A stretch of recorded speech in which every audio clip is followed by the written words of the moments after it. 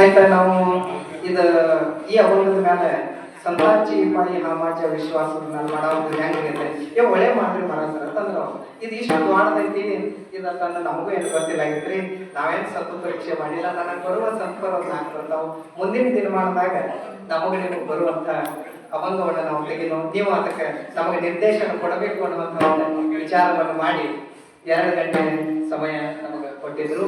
ಒಂದು ಸಾಂತ ದೃಷ್ಟಾಂತ ಪರಮಾತ್ಮ ಅಂತ ಹೇಳಿ ಕೊನೆ ಕಡೆ ಎಲ್ಲ ಮಂಗಲ್ ಮಾಡಿಬಿಡಕ್ರಿ. ಸೋಮನಾಥ ನಮಗೆ ಎಂದು ಫೋನ್ ಹಚ್ಚಿದ ಅಂದ್ರೆ 10ನೇ ತಾರೀಕು ಹಚ್ಚಿದ್ರಿ ಮರಾತ್ರಿ. ನನಗೆ ಕುತ್ತಲ್ಲಿ ಕೀರ್ತನ ಮಾಡಿದಂಗ ತಪ್ಪಿದಂಗ ನಮ್ಮನ್ನು ಮುಗಿಸಿದಂಗ ಆಗ್ತಿದ್ರಿ. ನಾನು 10 ದಿವಸ ನಿದ್ದಿನ ಮಾಡಿದ್ರಿ ಹೇಳ್ಬೇಕಾದ್ರೆ ಎಂದು ಹೋಗಿ ನಿದ್ದೆ ಮಾಡವ ಇವತ್ತು.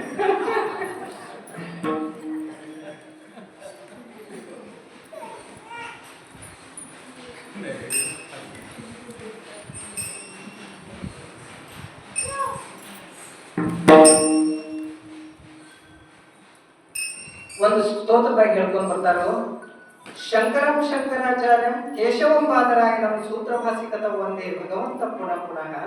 ಪರಮಾತ್ಮ ಮನುಷ್ಯ ಕುಲಕೋಟಿಯನ್ನ ಉದ್ಧಾರ ಮಾಡಲಿಕ್ಕೆ ಒಂದು ಯಾವುದೋ ಒಂದು ರೂಪದಾಗ ಬಲ ಜನಿಸಿ ಬರ್ತಿರ್ತಾರೋ ಅನ್ನುವಂಥ ಒಂದು ವಿಚಾರ. ಇತ್ತೀಚೆಗೆ ಸಿದ್ದೇಶ್ವರ ಸ್ವಾಮಿಗಳು ಆಯ್ವಾದ್ರು. ಈ ಸಿದ್ದೇಶ್ವರ ಸ್ವಾಮಿಗಳು ಹುಟ್ಟಿ ಬರುವಂತ ವಾಣಿಯನ್ನ ನಮ್ಮ ಹಾರುಗೇರಿ ದೇವ್ರ ಕೊಂಡು ಅಜ್ಜ ಸುತ್ತ ಹೇಳಿದ್ರು. ಏನಂತ ಎಲ್ಲಾ ಕಡೆ ಗಂಗಾ ಹರಿತಾರು, ಸರಸ್ವತಿ ಕುಣಿದಾಡ್ತಾರು, ಲಕ್ಷ್ಮಿ ಇಲ್ಲೇ ಕಾಲು ಕಟ್ಕೊಂಡು ಬಿಡ್ತಾರು. ಮುಂದೆ ಏನಾಗ್ತೈತಿ ಅನಾನ ಒಬ್ಬ ಯೋಗಿ ಬರ್ತಾನ ಒಂದು ತಿಂಗಳ ತನ ನಿಂತ ನಿಮ್ಮ ತಲೆ ಒಳಗಿದ್ದಂತ ಎಲ್ಲ ಜಿಡ್ಡು ತೊಳೆದು ಕಸಾಯನ ಕಿತ್ತು ಹಾಕಿ ನಿಮ್ಮನ್ನು ಪವಿತ್ರರನ್ನಾಗಿ ಮಾಡ್ತಾನಪ್ಪ ಅಂತ ಹೇಳಿದ್ರಂತೆ. ಅದು ಒಂದು ಕಾಲ ಆಗೋಯ್ತು. ಮುಂದೆ ಸಿದ್ದೇಶ್ವರ ಅಪ್ಪಾಜಿಯವರು ಇವರು ಮೂಲತಃ ಹುಡುಗೇರಿಯ ಶಿವಾನಂದ ಆಶ್ರಮ ಅಂತ ಹೇಳಿ ಜಗದ್ಗುರು ಶಿವಾನಂದ ಅಂತ ಹೇಳಿದಾರೆ. ಆ ಮಠದ ಪರಂಪರೆಯವ್ರ ಮೂರೆಲ್ಲ ಇವ್ರಿಗೆ ದೇವಿ ಆರಾಧಕರ, ಇವರೆಲ್ಲ ಸಿದ್ಧಾರೂಢ ಪರಂಪರೆ. ಇದಕ್ಕಿಂತಲೂ ಮೂಲ ಇವರೆಲ್ಲ ಭಾರತೀಯ ಪೀಠದವರು. ಮತ್ತು ಇವರು ಜಗಜ್ಜನನಿ ದುರ್ಗಾ ಮಾತೆಯ ಒಂದು ಪೀಠದಿಂದ ಎಲ್ಲ ಬಂದಂತವರು.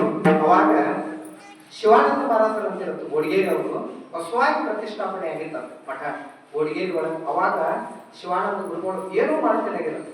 ಯಾಕೆ ಹೇಳ್ಬೇಕಂತ ಅಂದ್ರೆ ಇಲ್ಲಿ ನಮ್ಮ ಗ್ರಾಮದ ಹತ್ತಿರ ಪರಮಾನಂದ ವಾಡಿಯಲ್ಲಿ ಸಹ ಬ್ರಹ್ಮಾನಂದ ಅಜ್ಜಾರ್ ವಿರಾಜಮಾನರಾಗ್ಯಾರು. ಅಂಥ ಬ್ರಹ್ಮಾನಂದ ಅಜ್ಜಾರ್ ಸುದ ಇಲ್ಲಿ ಎಲ್ಲ ವಿರಾಜಮಾನ ಆದಂಥ ಅವರೆಲ್ಲ.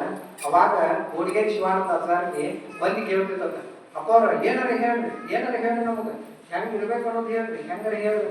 ಏನು ಹೇಳ್ತೇನೆ ಏನು ಹೇಳಕ್ಕೆ ನಿಮಗ ನಾವು ಮತ್ತೆ ಏನ್ ಮಾಡವ್ರ ಅಲ್ಲೂ ಹೊಸ ಮಠ.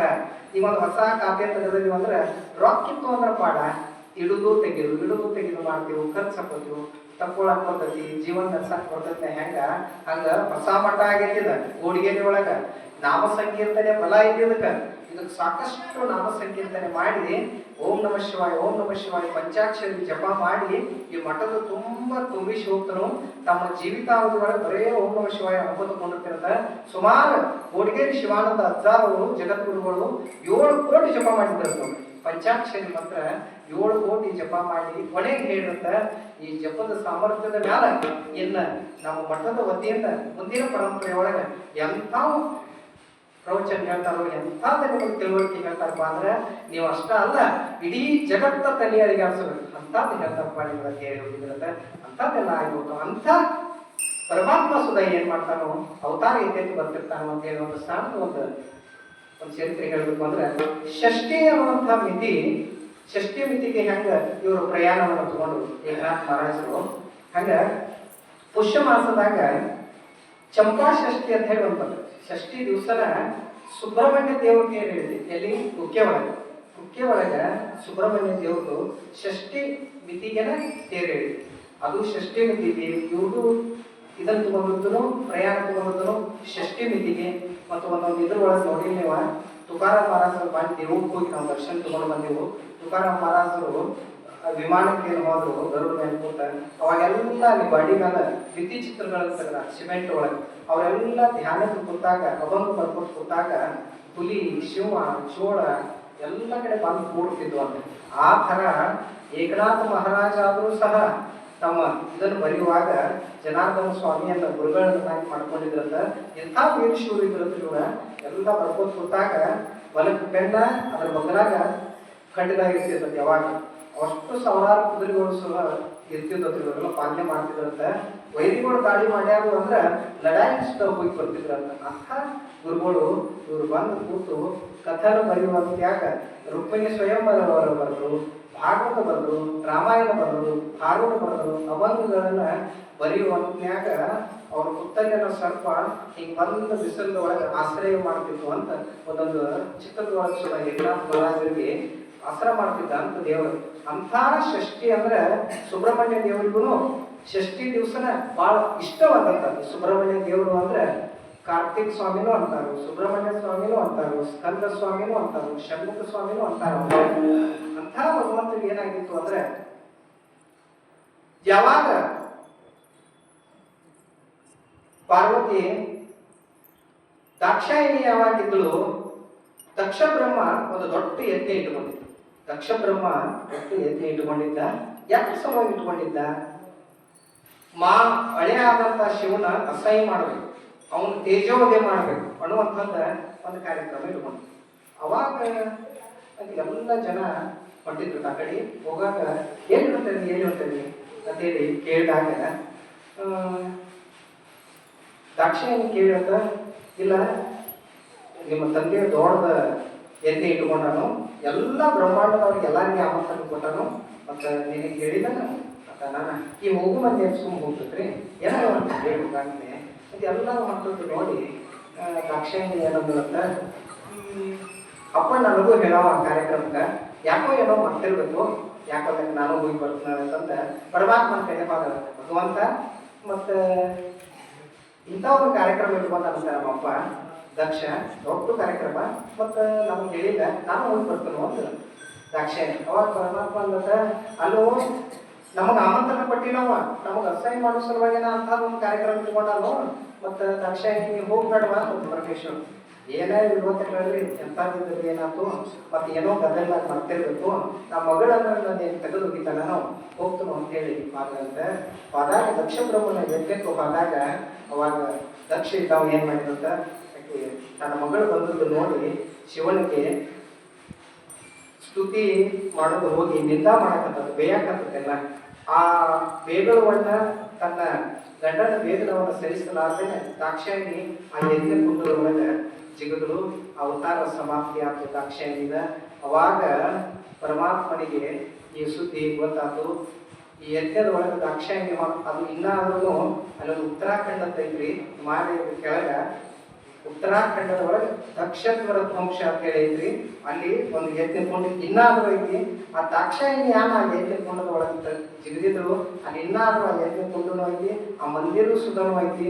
ಯಾರಾದ್ರೂ ಹರಿದ್ವಾರ ಪಾರ್ಟಿ ಅಂದ್ರೆ ಹೋಗಿ ನೋಡ್ಕೊಂಡು ಬರೋದು ಆಯ್ತು. ಅವಾಗ ಈ ಸುದ್ದಿ ದಾಕ್ಷಾಯಿಣಿ ಯಜ್ಞ ಕುಂಡದ ಒಳಗೆ ಜಿಗ್ರಾಳ ಅನ್ನುವಂಥದ್ದು ಏನು ಗೊತ್ತಾಗ್ತದೆ. ಗೊತ್ತಾದಾಗ ಕ್ರೋಧಾವಿಷ್ಟನಾದ ಪರಮಾತ್ಮ ಪರಶಿವ ಕ್ರೋಧಾವಿಷ್ಟನಾಗಿ ಏನ್ ಮಾಡ ತೆಲಿ ಹಿಂಗೆ ಏನ್ ಜಾಡಿಸಿದ, ತನ್ನ ಜಡಿ ಒಳಗಿಂದನ ವೀರಭದ್ರ ದೇವರು ಅವತಾರ ಇದ್ದರು. ವೀರಭದ್ರ ದೇವರು ಹುಟ್ಟರು. ಅವಾಗ ವೀರಭದ್ರ ಕೇಳ್ತಾರು, ಪರಮಾತ್ಮ ಏನಾಗ್ಬೇಕಾಗಿತ್ತು? ಏನಿಲ್ಲ, ಹಿಂಗ ದಕ್ಷ ಹಿಂಗ್ ಮಾಡ್ಯಾನು ಯಜ್ಞ ಕುಂಡದ ಒಳಗ ದಾಕ್ಷಾಯಿಣಿ ಜಿಗಿವನು ಅಂಥ ನಿಂದೆ ಮಾತುಗಳನ್ನ ನನಗೆ ವೇದ ಆಕಿ ಮನಸ್ಸು ನೋಯಿಶಾನು, ಈಗಿಂದೀಗ ಹೋಗಿ ದಕ್ಷನ ಸಂಹಾರ ಆಗ್ಬೇಕು ಅಂತ ಹೇಳಿದಾಗ ಯಾವಾಗ ವೀರಭದ್ರ ದೇವರು ದಕ್ಷಿಣ ಯಜ್ಞಕ್ಕೆ ಹೋಗಿ ಅವನ ಶಿರವನ್ನು ಛೇದ ಮಾಡಿದಾಗ ಅವಾಗ ಎಲ್ಲ ದೇವಾನುದೇವತೆಗಳು ಇಂಥ ಒಂದು ಮಹತ್ತರವಾದಂಥ ಯಜ್ಞ ಹೀಗಾತರ ಅಂತೇಳಿ ಹೇಳಿದಾಗ ಅವಾಗ ತಾಂಡವ ನೃತ್ಯ ಮಾಡಕ್ಕಂತ ಆ ದೇವಿಯನ್ನು ತಗೊಂಡು ಶಿವ ಅವಾಗೆಲ್ಲ ಎಷ್ಟು ಹೇಳಿದ್ರು ಕೇಳಿಲ್ಲ. ಅವಾಗ ವಿಷ್ಣು ಪರಮಾತ್ಮ ನಾವು ಹೋಗಿ ಆ ದೇಹವನ್ನು ತಗೊಂಡು 18 ಭಾಗ ಮಾಡಿ ಚೆಲ್ಲಿದಂತ ಇಡೀ ಭಾರತ ದೇಶದಾಗ 18 ಶಕ್ತಿ ಪೀಠ ಏನದವು ಅವೆಲ್ಲ ದಾಕ್ಷಾಯಿಣಿ ದೇವಿ ಹೋದವು ಅನ್ನುವಂಥ ವಿಚಾರ ಆಯ್ತು. ಪರಮಾತ್ಮದ ಸಮಾಧಾನವನ್ನು ಮಾಡಿದಂತ ಮುಂದೆ ಪರಶಿವ ಒಬ್ಬನ ಉಳಿದ. ಅವಾಗ ನೀನು ಹೆಂಗೆ ಮಾಡೋದು ಅಂತ ಹೇಳಿ ವಿಚಾರ ಮಾಡಿದಾಗ ಅವಾಗ ಸುಬ್ರಹ್ಮಣ್ಯ ದೇವರು ಷಷ್ಠಿ ದಿವಸ ಆವಿರ್ಭವಿಸಬೇಕಾದ್ರು ಅಂದ್ರೆ ಭೂಮಿ ಮೇಲೆ ತಾರಕಾಸುರ ಅನ್ನುವಂಥ ರಾಕ್ಷಸ ಮನಗಂಡ ಬ್ರಹ್ಮನ ಕುರಿತು ತಪಸ್ಸು ಮಾಡಿ ಕ್ರೋಧಾವಿಷ್ಟನಾಗಿ ಎಲ್ಲ ದೇವಾನು ದೇವತೆಗಳನ್ನ ಕಾಡ್ಲಿಕ್ಕೆ ಹತ್ತಾಗ ಬ್ರಹ್ಮದೇವರ ಕಡೆ ಏನು ವರ ಪಡೆದಿದ್ದ ಅಂದ್ರೆ ಪರಮಾತ್ಮ ಒಬ್ಬ ನಾನು ಪಾರ್ವತಿ ಪರಮೇಶ್ವರರಿಂದ ಯಾವಾಗ ಮಗ ಹುಡ್ತತಿ ಅವನಿಂದ ಮಗನಿಂದ ಸಂಹಾರ ಆಗ್ಬೇಕಂತ ಹೇಳಿ ಕೇಳ್ಕೊತಾನು. ಕೇಳ್ಕೊಂಡ್ಬಿಟ್ಲೇನೆ ಹೆಂಗ್ ಮಾಡೋದು ಪರಶಿವ ಒಬ್ಬ ನಾನು ಅಂತ ಹೇಳಿ ಎಲ್ಲ ದೇವಾನು ದೇವತೆಗಳು ಹೋಗಿ ಶಿವನ ಹತ್ತರ ಸುದ್ದಿಯನ್ನು ಮುಗಿಸಿ ಅವಾಗ ಕಾಮದಹನ ಪ್ರಸಂಗ ನಡೀತೈತಿ. ನಡೆದ ಬಳಿಕ ರಹಸ್ಯವಾಗಿ ಮೀಟಿಂಗ್ ಮಾಡಿ ಪಾರ್ವತಿ ಜನನ ಆದ ನಂತರ ನೋಡೋಣಪ್ಪ ಅಂತ ಹೇಳಿದಾಗ ಅಗ್ನಿದೇವನ ಕಡೆಯಿಂದ ಆ ದಾಕ್ಷಾಯಿಣಿಯನ್ನು ಬಿಡುಗಡೆ ಮಾಡಿ ಪರ್ವತರಾಜನ ಮಟ್ಟಿಗೆ ಹುಟ್ಟುವನ್ನು ಮಾಡಿ ಪಾರ್ವತಿಯನ್ನು ದೊಡ್ಡವರಾದರೂ ಕೆಲವೊಂದಷ್ಟು ಪ್ರಾಪ್ತ ವಯಸ್ಸಿಗೆ ಬಂದ ತಕ್ಷಣ ಎಲ್ಲ ಸಭಾವನ್ನು ಕೂಡಿ ಇನ್ನು ಗಿರಿಜಾ ಕಲ್ಯಾಣ ಮಾಡೋಣ ಅನ್ನುವಂಥ ಒಂದು ವಿಚಾರಕ್ಕೆ ಬಂದು ಗಿರಿಜಾ ಕಲ್ಯಾಣಕ್ಕೆ ಎಲ್ಲಿ ಮಾಡೋಣ, ಯಾವ ರಾಕ್ಷಸರಿಗೂ ಗೊತ್ತಾಗಬಾರ್ದು, ಗೊತ್ತಾಗ್ತು ಅಂದ್ರೆ ಹಾಳು ಮಾಡ್ತಾರ ಅಂತ ಹೇಳಿ ಇಲ್ಲಿ ಸೊಗಲ್ ಅನ್ನುವಂಥ ಒಂದು ಕ್ಷೇತ್ರ ಇತ್ತು ನೋಡ್ರಿ. ಅದು ಬಹಳ ಪಾರ್ವತಿ ಪರಮೇಶ್ವರ ಕಲ್ಯಾಣ ಆದಂತ ಸ್ಥಳ. ಎಷ್ಟು ಒಳಗಿತ್ತು ನೋಡ್ರಿ, ನೀವು ಎರಗಟ್ಟಿಗೆ ಹೋಗಿ ಕಲ್ಗಿ ಕ್ರಾಸ್ ಹೋಗಿ ಒಳಗೆ ಹೋಗಿ ಅಷ್ಟು ರಹಸ್ಯವಾಗಿ ಗಿರಿಜಾ ಕಲ್ಯಾಣ ಮಾಡಿದ ನಂತರ ಯಾವಾಗ ಪಾರ್ವತಿ ದೇವಿಯ ಲಾವಣ್ಯವಾದಂತಹ ದೇಹವನ್ನು ಪರಮಾತ್ಮ ನೋಡಿದ ವೀರಿಸ್ತಲನ ಯಾವಾಗ ಆತು ಅವಾಗ ಆ ತುಕಡಿಯಾಗಿತ್ತು. ಅವಾಗ ಹುಟ್ಟಿದಂಥವರು ಷಣ್ಮುಖ ಸ್ವಾಮಿಗಳು ಷಷ್ಠಿ ದಿವಸ ಇಂತಹ ಎಲ್ಲ ಸುಬ್ರಹ್ಮಣ್ಯ ದೇವರು ಷಷ್ಠಿ ದಿವಸ ಗುರುಗಳಾದರೂ ಸುದ ತಮ್ಮ ಪ್ರಯಾಣವನ್ನು ಪ್ರಾರಂಭಿಸಬೇಕಾತಂದ್ರೆ ಷಷ್ಠಿ ದಿವಸ ಹೀಗೆಲ್ಲ ಅವು ಒಂದಕ್ಕೊಂದು ಅವ್ರವ್ರಿಗೇನ ದೇವರಿಗೆ ಸಂಬಂಧ ಇರ್ತದೆ. ಇದು ನರಮಾನವರಾದಂಥ ನಮಗೆ ಗೊತ್ತಾಗೋದಿಲ್ಲ. ಒಂದು ಸುಬ್ರಹ್ಮಣ್ಯ ದೇವರ ಅವತಾರ ಆದರೂ ತಾರಕಾಸುರನ ಸಂಹಾರ ಅಂತ ಮಹಾನ್ ಪುರುಷರ ಒಂದು ಕಾರ್ಯಕ್ರಮ ದಿವಸ ನಮಗೆ ಕೀರ್ತನೆ ಹೆಚ್ಚರಿ ನಮ್ಮನ್ನು ಪವಿತ್ರನಾಗಿ ಮಾಡಿರಿ. ನೀವು ಎಲ್ಲ ಪವಿತ್ರ ಮಂದಿ ಎಲ್ಲರಿಗೂ ಅನಂತ ಶರಣ ಶರಣಾರ್ಥಿಗಳನ್ನ ಹೇಳ್ತೀವಿ.